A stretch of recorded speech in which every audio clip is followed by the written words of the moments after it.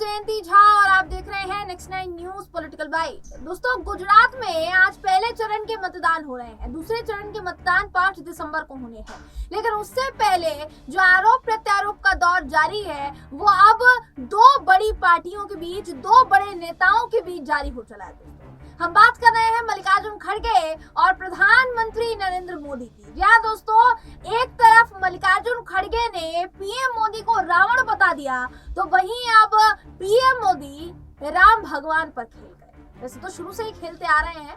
2024 के चुनाव के लिए भी राम मंदिर तैयार हो चुका है, तो पहले से ही खेलते आ रहे हैं, लेकिन अभी इस वक्त दोबारा राम भक्तों पर, राम भगवान पर वो खेले हैं।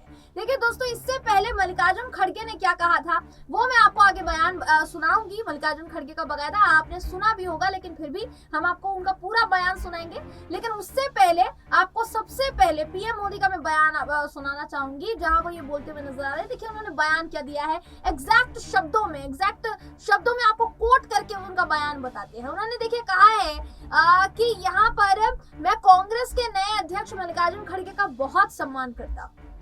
उन्होंने कहा है मैं मल्लिकार्जुन खड़गे का बहुत सम्मान करता हूँ, लेकिन वो मुझे 100 सिर वाला रावण बता रहे हैं। पीएम ने कहा है कि कांग्रेस पार्टी नहीं जानती कि राम भक्तों का गुजरात है। वो राम भक्तों की धरती पर राम भक्तों के सामने बोले कि मोदी के रावण की तरह 100 सिर है। तो यहाँ क्या खेले हैं पीएम मोदी, ये आप देखिए दोस्तों। उन्होंने रावण का अगर जिक्र किया मल्लिकार्जुन खड़गे ने, तो पीएम मोदी राम पर आ गए और उन्होंने कहा कि ये राम भक्तों की धरती है।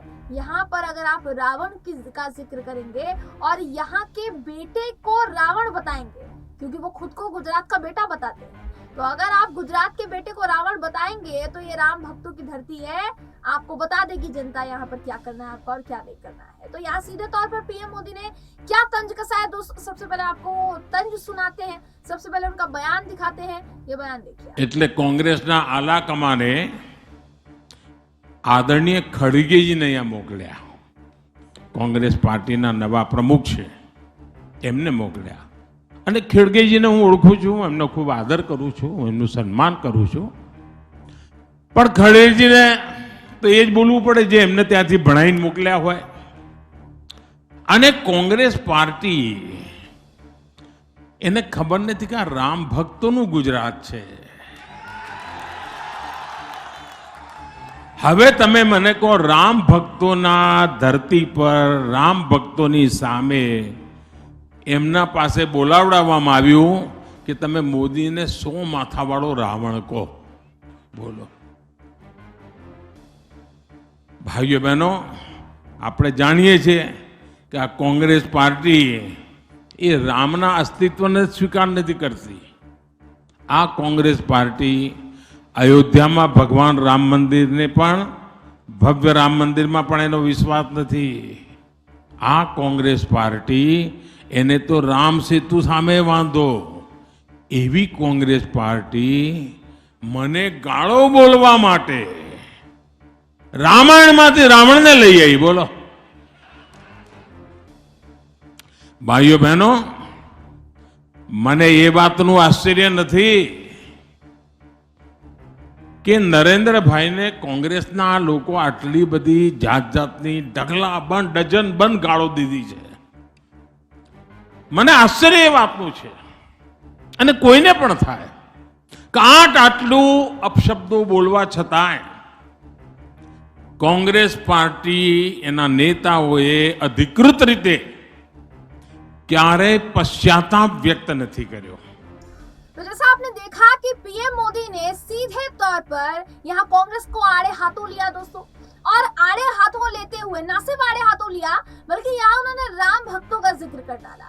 देखिए दोस्तों, राम भक्तों का जिक्र बीजेपी हर चुनाव में करती है, इस बात से कोई इनकार नहीं कर सकता। और खासकर अगर पीएम मोदी की बात करेंगे तो जब तक राम के नाम पर वो ना खेले, भगवान के नाम पर वो ना खेले, हिंदुओं के नाम पर वो ना खेले और हिंदुत्व के नाम पर वो ना खेले, तो उनका चुनाव पूरा नहीं होता है। और इस बार उन्होंने वही चुनाव जो बची कुची कसर थी ना वो पूरी कर दी है। अब चलिए मोदी जी का बयान हमने आपको सुना दिया कि मोदी जी किस तरीके से राम भगवान पर खेल गया। हो सकता है दोस्तों कि मल्लिकार्जुन खड़गे का बयान इससे पहले आपने सुना हो, लेकिन सबसे पहले आपको मल्लिकार्जुन खड़गे का बयान मैं सुनाना चाहूंगी क्योंकि दोनों संदर्भ आपको पता चलने चाहिए। अगर पीएम मोदी का बयान सुना है तो मल्लिकार्जुन खड़गे का भी बयान सुनिए, फिर आकलन कीजिएगा कि मल्लिकार्जुन खड़गे सही कह रहे हैं या फिर पीएम मोदी सही कह रहे हैं, या फिर ये कह सकते हैं कि दोनों ही बेतुका बयान दे रहे हैं, राजनीति के लिए बयानबाजी हो रही है तमाम तरह की। सबसे पहले दिखाते हैं मल्लिकार्जुन खड़गे का बयान की वीडियो देखिए। आप किसी को मंडे को मोदी को देखकर उड़ दो, अगर तुम्हारे को तुम्हारी सूरत कितनी बार देखना, कारपोरेशन में भी तुम्हारी सूरत देखना, एमएलए इलेक्शन में तुम्हारी सूरत देखना, एमपी इलेक्शन में भी तुम्हारी सूरत देखना, हर जगह कितने हैं भाई? क्या आपके रावण के जैसा 100 मुख है क्या? जी तो मल्लिकार्जुन खड़गे ने यहाँ सीधे तौर पर कहा कि मोदी जी अपने चेहरे को देखने के लिए बोलते हैं कि इस चुनाव में मैं खड़ा हूं तो मेरा चेहरा देखो, इस फलाना चुनाव में मैं खड़ा हूं तो मेरा चेहरा देखो, उस फलाना चुनाव में मैं खड़ा हूं तो मेरा चेहरा देखो। आपके क्या 100 मुख है? क्या आपके रावण की तरह 100 मुख है जो आपका चेहरा हम निहारते रहे?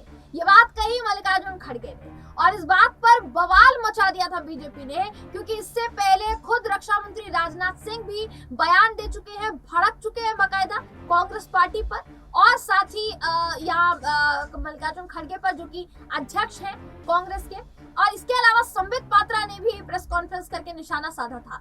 तो साफ सीधे तौर पर बीजेपी राम के नाम पर खेल रही दोस्तों। दोबारा गुजरात में भगवान राम का जिक्र कर डाला बीजेपी ने दोस्तों। अब पीएम मोदी ने लास्ट में जाते जाते क्या कहा है जरा वो भी आपको सुना देते हैं, क्योंकि देखिए सारे बयान आपके यहाँ पर सुनने जरूरी है ताकि आप पता लगा पाए कि कौन किस पर क्या प्रत्यारोप कर रहा है दोस्तों। उन्होंने कहा कि मैं गुजरात का बेटा हूँ। मैंने आपसे कहा था कि वो हर बार यही कहते हैं, दोबारा वो यही दोहरा रहे हैं कि मैं गुजरात का बेटा हूँ। आपने मुझे जो गुण दिए हैं उस गुण के साथ मैं काम कर रहा हूँ। जो शक्ति और गुण मुझे गुजरात ने दिया है वो कांग्रेस को खटकता है।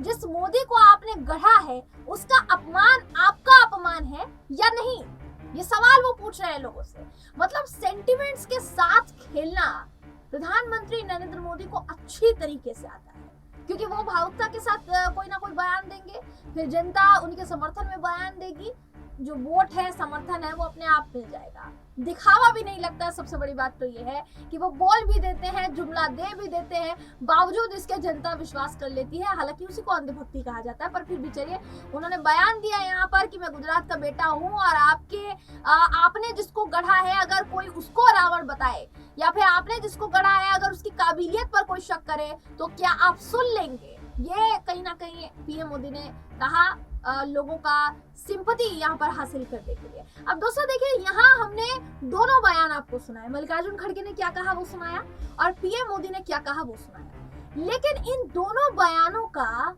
गुजरात के धरातल से जुड़े मुद्दों से कोई लेना देना नहीं है असल में देखेंगे तो, क्योंकि राम भगवान यहाँ चुनाव जिताने के लिए नहीं आएंगे ना, या फिर रावण चुनाव जिताने के लिए तो नहीं आने वाले हैं।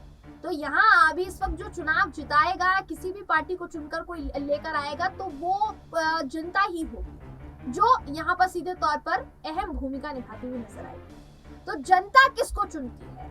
क्या ये दोनों बयान जनता के नजरिए से बड़े होंगे?